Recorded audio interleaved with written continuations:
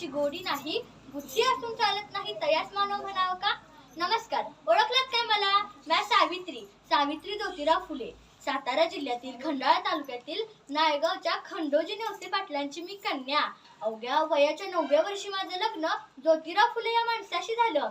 हळूहळू मला कळायला लागलं की ज्या माणसाशी माझं लग्न झालंय तो काय साधा सुद्धा माणूस नव्हे, तर ह्या अख्ख्या जगाला ऊर्जा देणारा क्रांती सूर्यच आहे. त्या काळी कसं बायकांना उंबरा ओलांडायची पद्धत नव्हती. बाईच्या जातीने कसं आपण भलं आणि आपलं काम भलं इथपर्यंतच मर्यादित होतं. स्त्री पुरुष उच्च नीच असा लई भेदभाव केला जायचा. पण या सर्वावर एकच उपाय होता, ते म्हणजे शिक्षण. शिक्षणाचा प्रसार हाच एक ध्यास. शिक्षण नावाचं खूळ ज्योतिरावांच्या मनात बसलं होतं. शिक्षणाचा प्रसार करत असताना फराळ नावाच्या ब्रिटिश बाई त्यांना म्हणाल्या, मिस्टर फुले, तुम्हाला जर शिक्षणाचा प्रसार करायचा आहे ना, so educated women first, because if women the full house educated. मग झालं, ते आले, ते माझ्याकडे पाटी पेन्सिल घेऊनच आले आणि मला म्हणाले, सावित्री, आजपासून मी तुला शिकवणार. मग काय झाला माझा अभ्यास सुरू. काना मात्रा वेलांटी आकार उकार बे के बे बेदून चार बेत्रिक्सा हाच ध्यास. हळूहळू मी लिहायला शिकले, वाचायला शिकले आणि काव्य सुद्धा रचायला शिकले. अशातच 1 जानेवारी, होय शनिवारी 1 जानेवारी 1848 मध्ये आम्ही पुण्यातील भेडेवाड्यात मुलींसाठी पहिली शाळा सुरू केली आणि मी पहिली शिक्षिका आणि मुख्याध्यापिका सुद्धा झाली.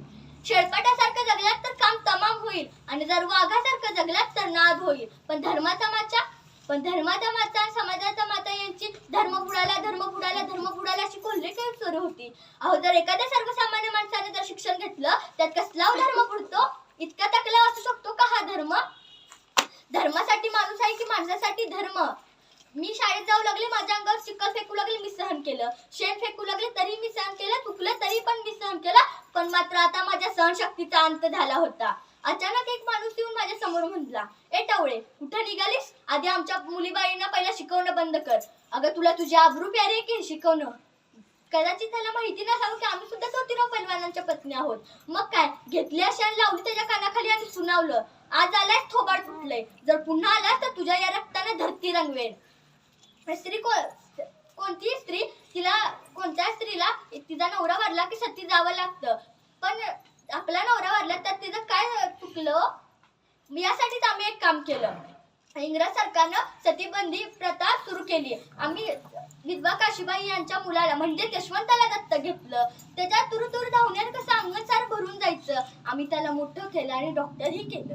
अचानक पुण्यामध्ये प्लेगची साथ पसरली. काखीत गाठून सर्वजण धडाधडा पळू लागले. आम्ही यशवंताला म्हणालो, यशवंता, आता आपल्याला हॉस्पिटल उभारायचं आहे. यशवंताने हॉस्पिटलही उभारलं. आम्ही रुग्णांची सेवा करत असताना तो प्लेग हा संसर्गजननी होता. तो कधी ना कधी आम्हालाही होणार होता. पण आम्ही जगलो ते मुळीच समाजासाठीच ना. मग मरण हे तत्परावं लागतंच. मग मर ना, तुझं स्वागत आहे. आनंद असा की आया बाया शिकण्याचा. म्हणून म्हणते, विद्येविना मती गेली, मतीविना नीती गेली, नीतीविना गती गेली, गतीविना शूद्र खचले. एवढे अनर्थ एका विद्येने केले, एवढे अनर्थ एका विद्येने केले. म्हणून म्हणते, मुलींना शिकवा, मुलींना वाचवा आणि या देशाची संरक्षता वाढवा. जर एकटा मुलगा शिकला तर तो एकटा शहाणा होतो आणि जर एकटी मुलगी शिकली तर ती अख्ख्या परिवाराला शहाणी करते. जय हिंद, जय महाराष्ट्र.